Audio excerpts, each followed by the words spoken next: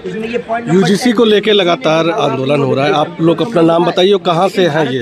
जी, मेरा नाम अभिजीत राय है। मैं छात्र नेता कानपुर विश्वविद्यालय हूँ। लगातार एक हफ्ते से हम लोग यूजीसी के विरुद्ध में आंदोलन प्रदर्शन जारी है।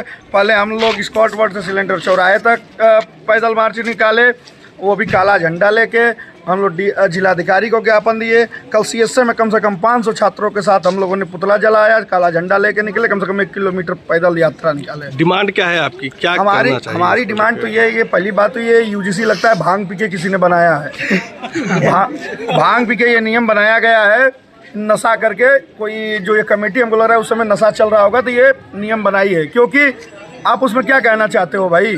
नहीं, सुप्रीम कोर्ट के गाइडलाइन और सुप्रीम कोर्ट ने कहा था इसको लेके बनाने के लिए, उसके बाद ये कमेटी नहीं, आप सुप्रीम कोर्ट में दाखिल हो चुका है, पिटीशन दाखिल हो चुका है इसके खिलाफ, और सुप्रीम कोर्ट ने मंजूरी भी दे दी है उस पर सुनवाई करने के लिए। नहीं, देखिए उसमें यूजीसी में आपको किस बिंदुओं पे आपको ऑब्जेक्शन है? देखिए, पहली बात तो यह है कि उस समय सभी वर्गों को शामिल किया जाए। जैसे अगर डिमांड पूछेंगे कि अगर इसमें संशोधित हो पाए तो क्या हो पाए, अगर वापस ना ले। पहली डिमांड तो ये कि इसको वापस ले। दूसरी बात, अगर वापस ना लो तो संशोधित क्या करो, इसमें सभी वर्गों को शामिल करो। तीसरी बात ये है, दूसरी बात ये है कि आप कोई झूठे अगर आरोप लगा रहा हो तो उसको कड़ी से कड़ी नॉन बेलेबल ऑफेंड मान के उसको सजा का प्रावधान हो। देखिए, जो नए नियम आए ये तो पहले से भी था, ये नियम तो पहले भी था कि यूजीसी में 2012 में भी ये नियम था। खाली उसमें मेरी थोड़ी सुन लीजिए कि इसमें सिर्फ 2 बदलाव हुए। एक तो ओबीसी को रखा गया, ठीक है, और दूसरा ये कि जो शिकायत करता है उसके ऊपर कोई कार्रवाई नहीं होगी। तो आपकी मेन डिमांड तो मेरे ख्याल से यही होगी। नहीं, शिकायत करता है कोई कार्रवाई नहीं हो। ये विशेष रूप से ये ध्यान दिया जाए कि अगर मेरे ऊपर आरोप लगे तो किसी छात्र के ऊपर अगर आरोप लग रहा हो, ये विश्वविद्यालय प्रशासन या फिर सरकार या फिर यूजीसी ये ध्यान रखे कि उसको मानसिक प्रताड़ना ना हो। जब तक फैसला आए तब तक कोई डिप्रेशन का शिकार हो जाए तो, कोई छात्र गलत कदम उठा ले तो कौन जिम्मेदार होगा? क्या यूजीसी जिम्मेदार होगी? क्या सरकार जिम्मेदार होगी? देखिए, आपने जो आपने पॉइंट कहा कि जो कंप्लेनेंट होगा उसके ऊपर कोई कार्रवाई नहीं बैठेगी, जो यूजीसी के नोटिफिकेशन में पॉइंट नंबर 10 है।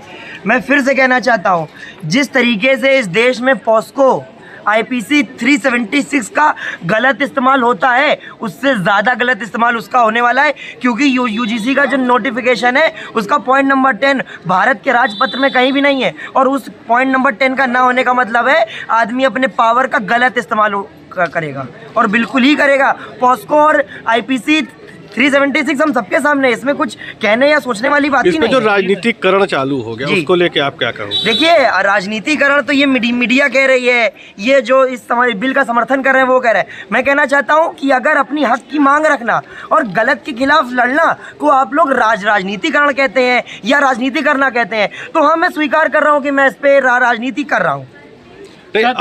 जी, छोटी सी बात बोलूँगा कि जुल्म के साए में सच बोलेगा कौन? अगर हम ही चुप रह गए तो मुंह खोलेगा कौन?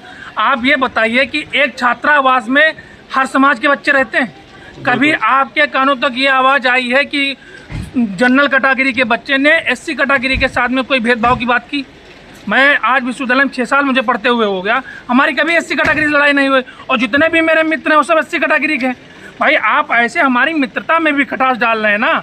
आप कोई ऐसा एक्ट लाते, आप सामाजिकता का एक्ट लाते, आप उनको आप शोषित वंचित मानते हैं, आप उनको लाभ देते, आप गवर्नमेंट की तरफ से उनको छूट देते।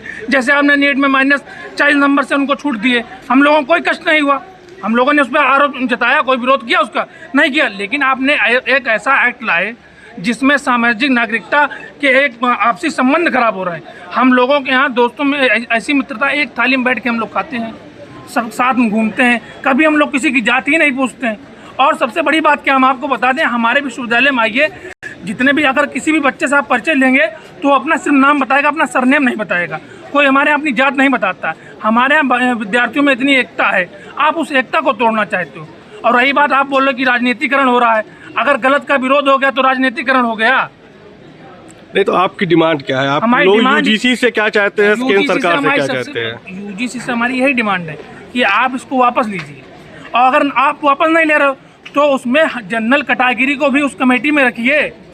भाई, आप टोटल एक ही कास्ट समुदाय के लोगों को उसमें रख रहे हो, और फिर हम अपनी बेगुनाही का सबूत भी नहीं पेश कर पाएंगे आपके साथ, हमें अवसर भी नहीं मिलेगा। हमारे खिलाफ कोई जाकर झूठी शिकायत दर्ज कर देगा, फिर 2 महीने बाद हमारे पास नोटिस आएगी, नोटिस आने के बाद सीधे हम जेल जाएंगे, हमारा भविष्य भी तो खराब होगा। मेन बात है ये। जी जी तो जी। देखिए, भारतीय राजपत्र मेरे हाथ में है, खंड नंबर 4 अड़ा में इसका लिखा हुआ है, समाज के वंचित वर्ग से संबंधित व्यक्ति या छात्र के समूह की सहायता करना।